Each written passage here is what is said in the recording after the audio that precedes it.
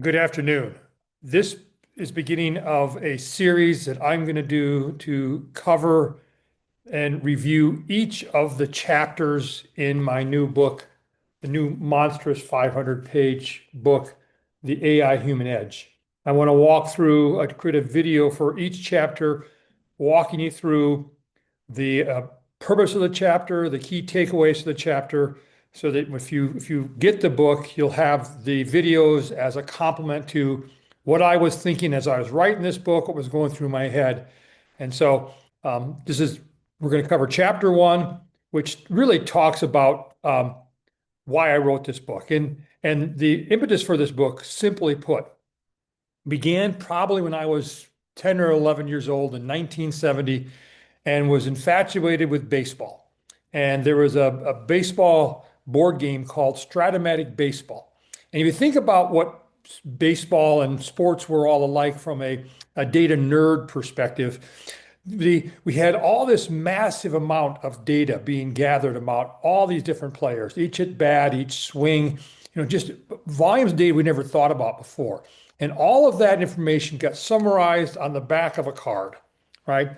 A back of a card took an entire season's worth of numbers and performances and at bats and boiled it down to a single line that measured their batting average and how many games they played and how many hits, how many home runs, how many doubles, how many stolen bases, et cetera, et cetera. Right. So this is one for Don Mattingly, who played for the Yankees, right? And it all boiled down into one single stinking line. I think all this massive amount of data boiling down to one line. And as a data nerd, this was the only sort of aha moment I had, is I could study the back of a card and get a feel for, well, what are the trends on this batter? And then this game, Stratomatic Baseball, came out.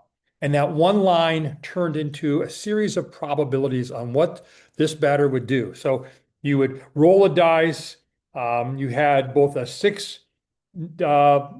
dice and a 12-sided dice, and you would roll the dice, and his performance was not only dependent on their statistics and how that had been broken down into a series of rolls, but also the batter they were working against. Because if you rolled a certain number, or 4, 5, or 6, then you went to the pitcher's card, not to the batter's card. And it really set off remember spending summer afternoons with my friends Mike O'Neill and Neil Daly. We spent hours and hours playing these games, rolling a dice and subbing players in and making trades. And it really cultivated my understanding and respect of what you could do if you really had not just more data and not just summarized statistics, but what you could do if you really had a detailed breakdown on this batter's performance propensities. Very much insight. Think about what happened here. We went from massive amounts of data down to a single line summary,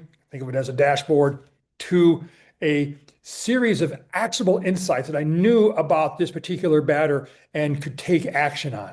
And so that was the motivation for this book. And the book really built upon this foundation and took advantage of the 40-some years I've been in this industry, leveraging techniques and about how do you build very detailed player performance propensity models, and how do you use that to optimize decisions regarding in-game decisions and player acquisition and training and development and resting and trade and all kinds of other things, right? And so that became the basis for the book.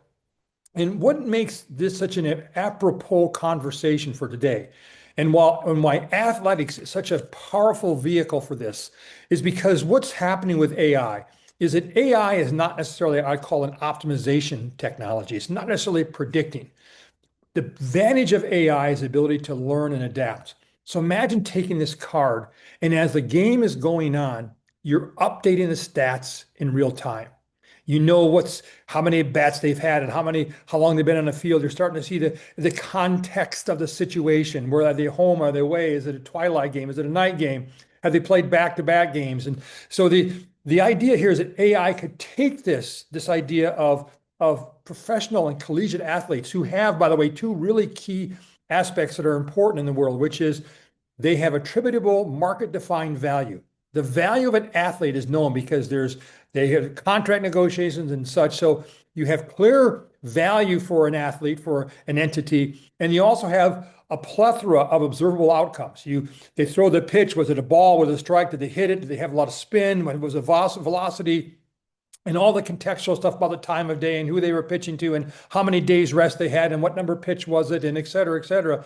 And AI is able to take all that information and from a athlete's perspective, turn that into insights about how long should I play them? Should I substitute for them? What is their value on trade?